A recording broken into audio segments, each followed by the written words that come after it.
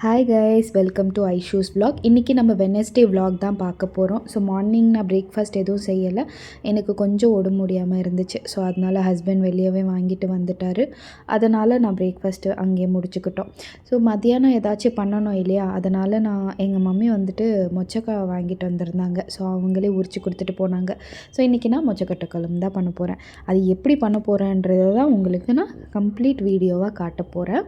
So இங்கே வந்துட்டு பெங்களூரில் கொழும்பு டிஃப்ரெண்ட்டாக பண்ணுவோம். ஸோ அதுதான் உங்களுக்கு எப்படி பண்ணுறதுன்னு காமிக்க போகிறேன். ஸோ என் சேனலை வந்து சப்ஸ்கிரைப் பண்ணுங்கள், லைக் பண்ணுங்கள், கமெண்ட் பண்ணுங்கள். கமெண்ட்டில் நீங்கள் ஏதாச்சும் சொன்னீங்கன்னா ஸோ தட் நான் அதை திருத்திக்குவேன்.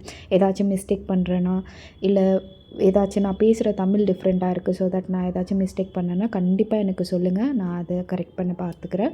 இஞ்சி தான் மறந்துட்டேன். ஸோ பிளிங்கிட் போட்டு விட்டுருந்தேன் இஞ்சி. ஸோ அது கூடயே 2 ஐட்டம்ஸும் ஆர்டர் பண்ணிக்கினேன், பன்னீர், மஷ்ரூமு. ஸோ இதுதான் நம்ம கொழும்புக்கான தேவையாக இருக்கிற ஐட்டம்ஸு.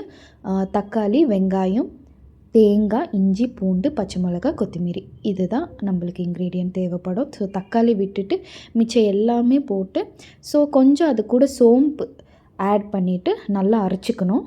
அரைச்சி இப்போ நான் வந்து குக்கர் வச்சுருக்கேன் ஸ்டவ் மேலே. ஸோ இதுதான் அரைச்ச பேஸ்ட்டு. தக்காளி வந்து நம்ம செப்பரேட்டாக அரைச்சிக்கணும். ஸோ இதெல்லாம் தான். ஸோ தாளிப்புக்கு வந்துட்டு வெங்காயம், கருவேப்பிலை, அதுக்கப்புறம் பச்சை மிளகா. ஸோ இதுதான் நம்ம தாளிப்புக்கு போட போகிறோம். கொஞ்சம் எண்ணெய் போட்டிருக்கேன். ஸோ அதுக்கப்புறம் சீரகம் போட்டிருக்கேன். கொஞ்சம் அது வெடிஞ்சு வர வரைக்கும் வெயிட் பண்ணணும். ஸோ அது வெடிஞ்சு வந்த உடனே நம்ம இருக்கிற வெங்காயத்தை நல்லா சாட்டே பண்ணணும். போட்டுட்டு நல்லா சாட்டே பண்ணணும். அது வந்து கோல்டன் ப்ரௌன் ஆகிற வரைக்கும் நம்ம சாட்டே பண்ணணும். இது கூடயே வந்துட்டு நம்ம கொஞ்சமாக கருவேப்பிலையும் அதுக்கப்புறம் பச்சை மிளகாவையும் ஆட் பண்ணணும். இன்னொன்று ஸ்மோக் ரொம்ப வந்துட்டு இருக்கிறதால என்னால் சரியாக வீடியோவும் எடுக்க முடியல. I'm really sorry. இப்போ இது கோல்டன் ப்ரௌன் ஆன உடனே நம்ம வச்சுட்ருக்கிற மசாலா எல்லாமே அதில் போட்டு நல்லா மிக்ஸ் பண்ணணும். அதில் தேங்காய், அதுக்கப்புறம் இஞ்சி, பூண்டு பச்சை வாசனை வர வரைக்கும் நம்ம அதை நல்லா ஃப்ரை பண்ணிக்கணும். ஸோ இந்த காக்காங்க வேறு கத்திகிட்டே இருந்துச்சுங்க, நான் எதுவும் போடலன்ட்டு. அதுக்கும் கொஞ்சம் பிஸ்கெட் போட்டு வந்துட்டு இப்போது இதுக்கு ஸ்பைசஸ் தேவைப்படும். ஸோ தனி மிளகாத்தூள், மஞ்சத்தூள், அதுக்கப்புறம் தனியாத்தூள், அதுக்கப்புறம் கரம் மசாலா. ஸோ நான் வந்து எப்போவுமே அப்படியே போடுவேன். உங்களுக்கு காமிக்கிறதுக்காக இப்போ தட்டில் போட்டு உங்களுக்கு காமிச்சிட்ருக்கேன்.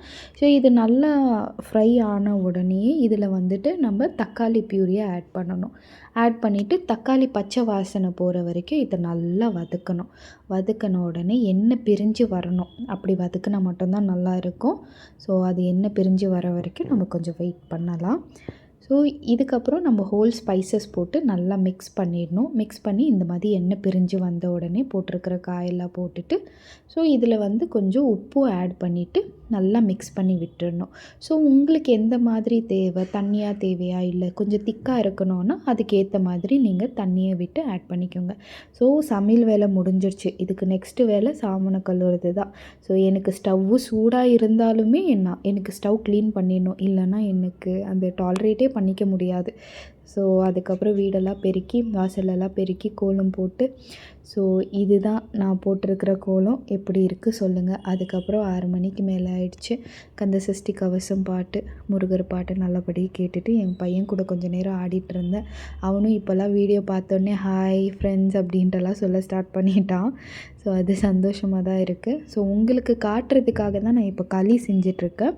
களி கூட இந்த கொழும்பு ரொம்பவே நல்லா இருக்கும். ஏன்னா சின்ன வயசில் எங்கள் அம்மாலாம் செஞ்சு தருவாங்க. ரொம்ப விரும்பி சாப்பிடுவோம். எனக்கு களி சாப்பிடவே வராது. பட் ஸ்டில் எங்கள் அப்பா வந்து கண்ணை காமிச்சாலே எனக்கு ஃபுல் பயம் ஆகிடும். அப்போ வந்து சொல்லி தருவார், களியை வந்து நம்ம மென்று சாப்பிடக்கூடாது, முழுங்கணும் அப்படின்ட்டு. இன்றைக்கி நான் அவ்வளோ நல்லா களி சாப்பிட்றேன்னா all credits goes to my date.